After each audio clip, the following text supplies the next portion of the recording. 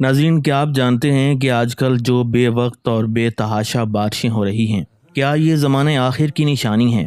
رسول اللہ صلی اللہ علیہ وسلم نے بے موسمی بارشوں اور قیامت کے درمیان کیا گہرا تعلق بیان فرمایا تھا؟ کیا یہ حقیقت ہے کہ آخری زمانے میں بارشیں تو بہت زیادہ ہوں گی مگر زمین فصلیں بہت کم اگائے گی؟ کلاؤڈ بسٹ یعنی بادل پھٹنے کا ذکر قرآن و حدیث میں کس طرح ملتا ہے؟ اور وہ کون سی قومیں تھیں جن پر آسمان سے پانی کی بارش اور پتھروں کی بارش کی صورت میں عذاب نازل ہوا؟ آج کی اس ویڈیو میں ہم آپ کو موجودہ حالات کے تناظر میں بدلتے ہوئے موسم، کلائمیٹ چینج اور بے موسمی بارشوں کے حوالے سے قرآن و سنت کی روشنی میں حیران کن حقائق بتائیں گے۔ ناظرین، بارش اللہ تعالیٰ کی عظیم نشانیوں میں سے ایک ہے۔ قرآن مجید میں متعدد مقامات پر بارش کو اللہ تعالیٰ کی قدرت اور رحمت کے طور پر بیان کیا گیا ہے۔ سورہ نور کی آیت نمبر 43 میں اللہ تبارک و تعالیٰ فرماتا ہے، اللہ ہی ہے جو ہواؤں کو چلاتا ہے، پھر وہ بادل اٹھاتی ہیں، پھر ہم انہیں آسمان کی طرف لے جاتے ہیں، پھر ہم اسے جس زمین پر چاہیں برسا دیتے ہیں۔ یہ آیت مبارکہ ہمیں بتاتی ہے کہ بارش کا نظام خود کار نہیں بلکہ اللہ تعالیٰ کے حکم سے چلتا ہے۔ اللہ تبارک و تعالیٰ جہاں چاہتا ہے وہیں بارش برستی ہے۔ بارش زمین کو زرخیز بناتی ہے، فصلیں اگاتی ہے اور انسان اور جانور سب اس سے فائدہ اٹھاتے ہیں۔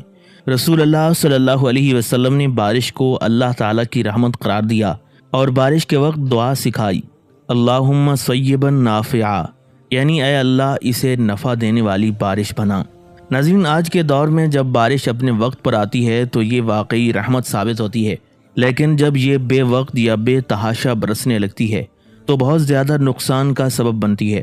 فصلیں تباہ ہو جاتی ہیں، شہروں میں سیلاب آ جاتا ہے اور لوگ مشکلات میں گھر جاتے ہیں۔ یہ ہمیں یاد دلاتا ہے کہ بارش اصل میں اللہ تعالیٰ کی رحمت ہے، لیکن اگر ہم اللہ تعالیٰ کی نافرمانی شروع کر دیں تو یہی رحمت عذاب بھی بن سکتی ہے۔ رسول اللہ صلی اللہ علیہ وسلم نے اپنی امت کو قیامت کی نشانیوں کے بارے میں آگاہ فرمایا ہے تاکہ مومن وقت سے پہلے ہوشیار ہو جائے اور اپنا ایمان مضبوط کر لے۔ انہی لاتعداد نشانیوں میں سے ایک نشانی ہے بے موسمی بارشیں۔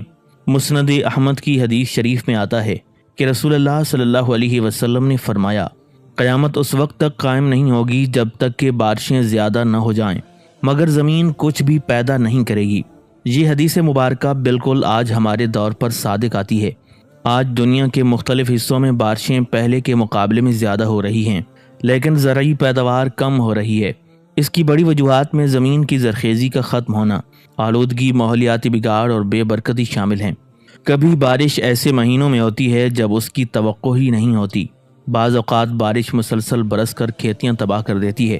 کبھی اتنی زیادہ بارش ہوتی ہے کہ سیلاب اور لینڈ سلائیڈنگ جیسے حادثات پیش آتے ہیں، اور کبھی بالکل بھی بارش نہیں ہوتی، نتیجتاً قحط اور خشک سالی آ جاتی ہے۔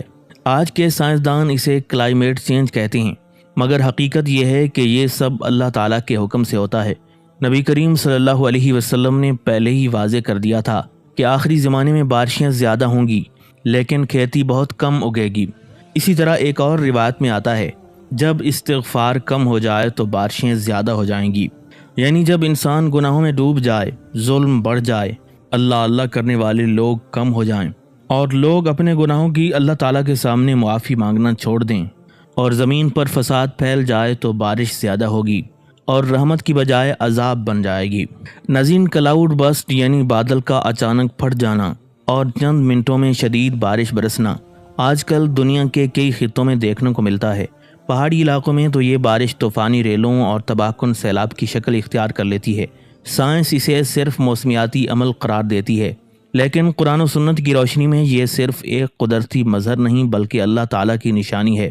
قرآن مجید کی سورہ قمر کی آیات 11 اور 12 میں اللہ تبارک و تعالیٰ فرماتا ہے، پھر ہم نے آسمان کے دروازے کھول دیے موسلا دھار پانی کے ساتھ اور زمین کے چشمے پھاڑ دیے تو دونوں پانی ایک مقررہ کام کے لیے مل گئے۔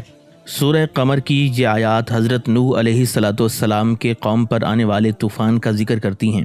غور کیا جائے تو یہاں بالکل کلاؤڈ بسٹ جیسا منظر پیش کیا گیا ہے کہ آسمان سے اچانک موسلا دھار بارش کے دروازے کھل گئے اور زمین سے چشمے پھوٹ پڑے۔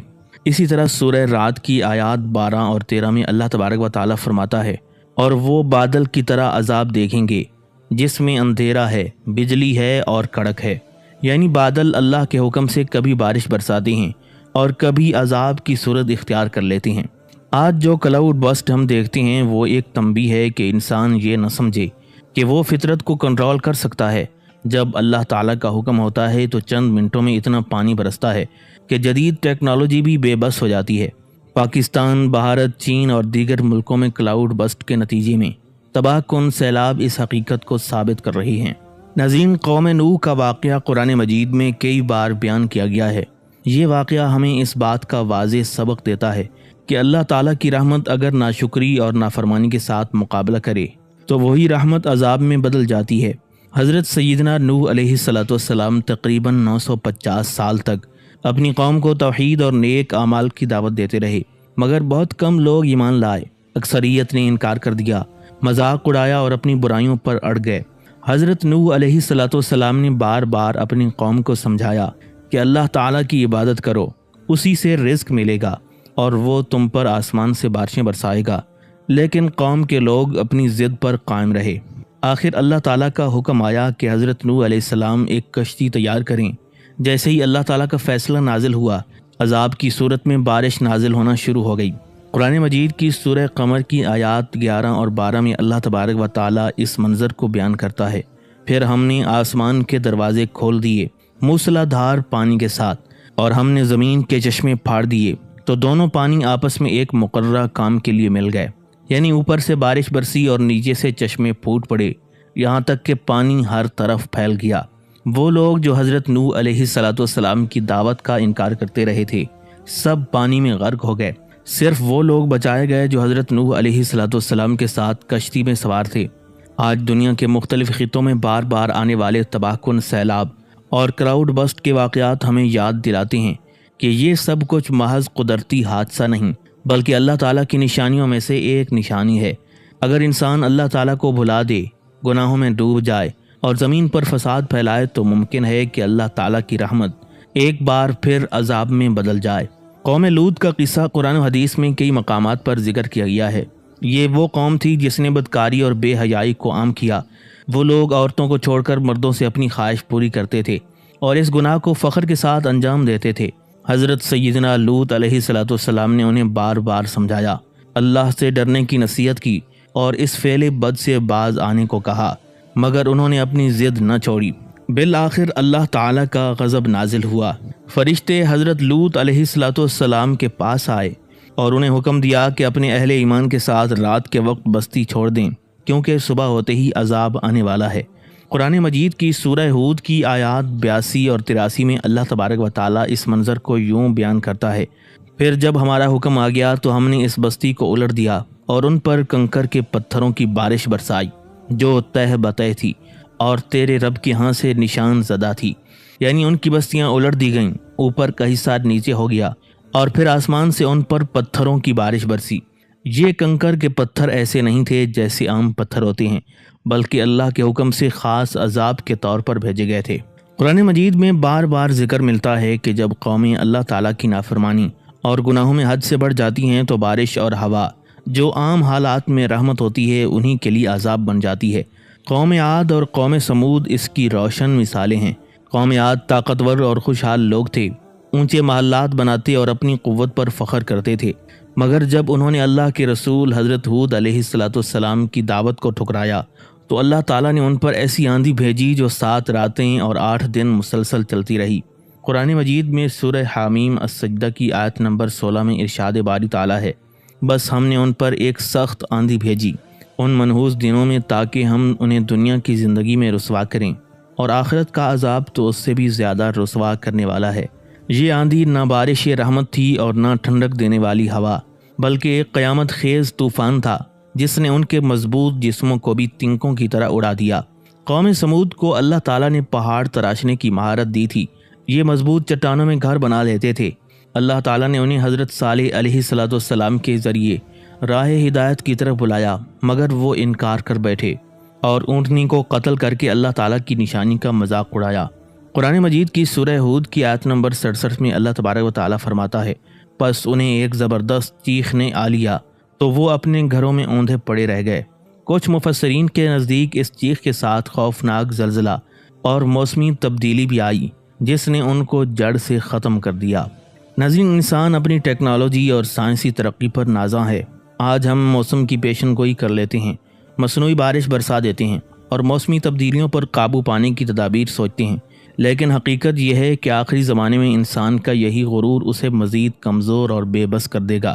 اللہ تبارک و تعالیٰ قرآن مجید کی سورہ الروم کی آیت نمبر 41 میں فرماتا ہے، زمین میں فساد ظاہر ہو گیا، خشکی میں بھی اور تری میں بھی، ان اعمال کی وجہ سے جو لوگوں کے ہاتھوں نے کمائے، تاکہ اللہ تعالیٰ انہیں ان کے بعض اعمال کا مزہ چکھائے، شاید کہ وہ باز آ جائیں۔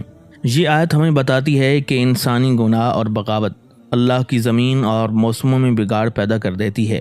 آج کل بڑھتا ہوا کلائمیٹ چینج، بے وقت بارشیں، حد سے زیادہ گرمی اور طوفان اسی آیت کی زندہ تفسیر ہیں۔ یہ موسمی تغیرات ہمیں آخری زمانے کی قیامت کی نشانیوں کی یاد دہانی کرواتی ہیں۔ اصل نجات سائنس یا ٹیکنالوجی میں نہیں، بلکہ اللہ تعالیٰ کے حکم کی اطاعت اور توبہ میں ہے۔ قرآن و سنت ہمیں صرف حالات کی خبر ہی نہیں دیتے، بلکہ ان سے نجات کے راستے بھی دکھاتی ہیں۔ بارش، قحط، سیلاب اور موسمی آفات سے بچنے کے لیے اسلام نے ہمیں عملی اور روحانی دونوں طرح کی ہدایات دی ہیں۔ اللہ تعالیٰ سورہ اعراف کی آیت نمبر 96 میں فرماتا ہے، اور اگر بستیوں والے ایمان لاتے اور تقوی اختیار کرتے تو ہم ان پر آسمان اور زمین سے برکتیں کھول دیتے، لیکن انہوں نے جھٹلایا تو ہم نے ان کے اعمال کی وجہ سے انہیں پکڑ لیا۔ یہ آیت واضح کرتی ہے کہ بارش کی برکت، زمین کی زرخیزی اور موسمی سکون ایمان اور تقوی سے جڑا ہوا ہے۔ جب لوگ اللہ تعالیٰ سے غافل ہو جاتے ہیں تو بارش بھی عذاب بن جاتی ہے۔ رسول اللہ صلی اللہ علیہ وسلم نے بارش کے مسائل کے حل کے لیے کئی طریقے بتائے، جیسے نماز استسقاء، جو بارش کے برسنے کے لیے اجتماعی طور پر ادا کی جاتی ہے۔ جب بارش زیادہ ہو جائے تو گناہوں سے توبہ اور استغفار کرنی چاہیے۔ قرآن میں حضرت نوح علیہ السلام کی قوم کو یہی ہدایت دی گئی، تم اپنے رب سے بخشش مانگو، بے شک وہ بڑا بخشنے والا ہے، وہ تم پر آسمان سے موسلا دھار بارش برسائے گا۔ نبی کریم صلی اللہ علیہ وسلم بارش کے وقت یہ دعا پڑھا کرتے تھے، اللہم صیبا نافعا، اے اللہ اس بارش کو نفع بخش بنا دے۔ ناظرین، اگر ہم چاہتے ہیں کہ بارشیں فصلوں کے لیے رحمت اور زمین کے لیے برکت کا باعث بنیں تو ہمیں اسلام، ایمان، تقوی اور استغفار و دعا کی طرف واپس آنا ہوگا۔ ناظرین، اسی امید کے ساتھ اجازت دیجیے کہ آپ کو ہماری ویڈیو پسند آئی ہوگی۔ ملتے ہیں بہت جلد ایک تاریخی، تحقیقی، معلوماتی ویڈیو کے ساتھ۔ اللہ رب العزت ہم سب کا حامی و ناصر ہو۔